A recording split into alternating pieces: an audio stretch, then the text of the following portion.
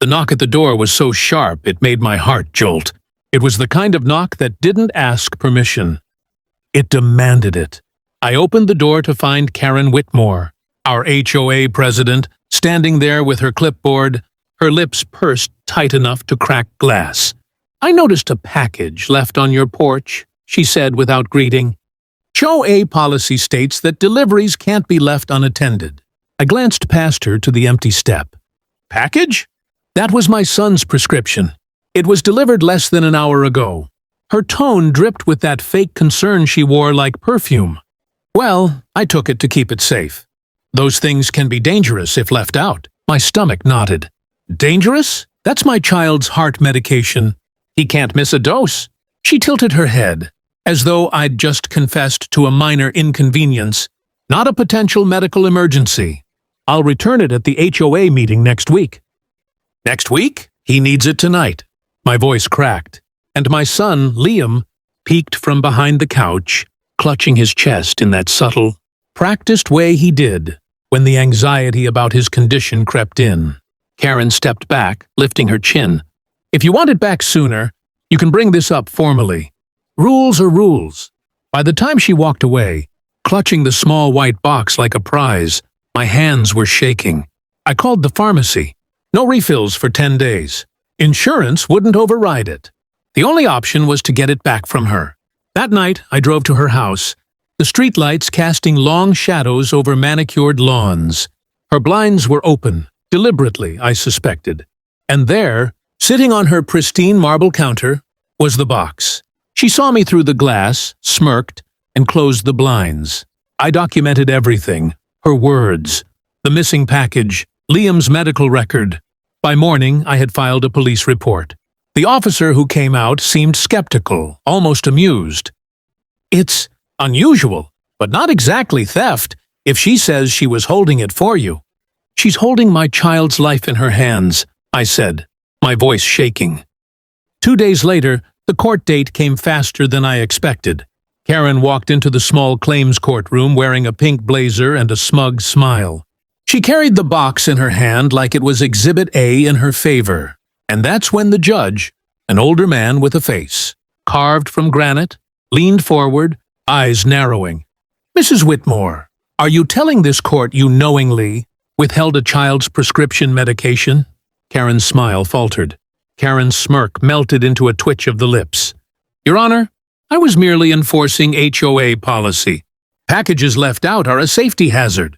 I was protecting the neighborhood." The judge's gaze didn't waver. "Mrs. Whitmore, do you have any medical training, any legal authority to confiscate prescription medication?" She hesitated. "Well, no, but—" "No," the judge cut in. "You knowingly deprived a child of life-sustaining medication. That's not policy. That's negligence, bordering on criminal." A quiet murmur rippled through the courtroom. I could see Liam sitting with my sister in the gallery, his small hands twisting in his lap.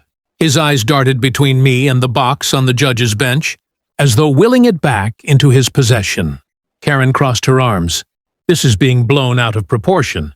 The child wasn't in danger. I planned to return it." The judge leaned forward. "Tell me, Mrs. Whitmore, did you know what the medication was for?" She glanced at me, then back at him. "I heard it was for a heart condition. And yet you withheld it for days?" His voice carried the weight of finality. "This court doesn't tolerate arrogance dressed up as policy." The clerk retrieved the box from Karen's side and placed it in my hands. The relief was instant, almost physical, like a tension in my chest finally snapped loose. I caught Liam's eye and gave the smallest nod. The judge continued. "While this may not fall under felony theft, it is a clear case of intentional interference with essential medical treatment. Mrs. Whitmore, you are fined $5,000 to be paid directly to the plaintiff for emotional distress and medical disruption. Additionally, you will be removed from your position as HOA president effective immediately." Karen's face flushed crimson. "You can't—" "I can," the judge interrupted. "And I am." Gasps echoed around the room. Karen sank back in her chair, her voice reduced to a faint hiss.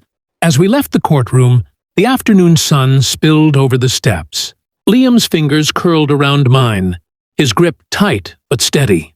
"Does this mean she can't bother us anymore?" he asked. I smiled, though I knew HOA politics had a way of lingering. "It means she can't take what's ours again." Behind us, Karen stood on the steps, her eyes locked on me. There was no smirk this time, only a sharp, bitter glare that promised this wasn't over. But for now, the box was in my hands. My son was safe, and the judge's words were still ringing in my ears. Sometimes justice isn't loud. It's simple, direct, and unforgettable. If you think what Karen did was completely out of line, hit that like button to show you stand against this kind of behavior. Have you ever dealt with a neighbor or HOA nightmare like this?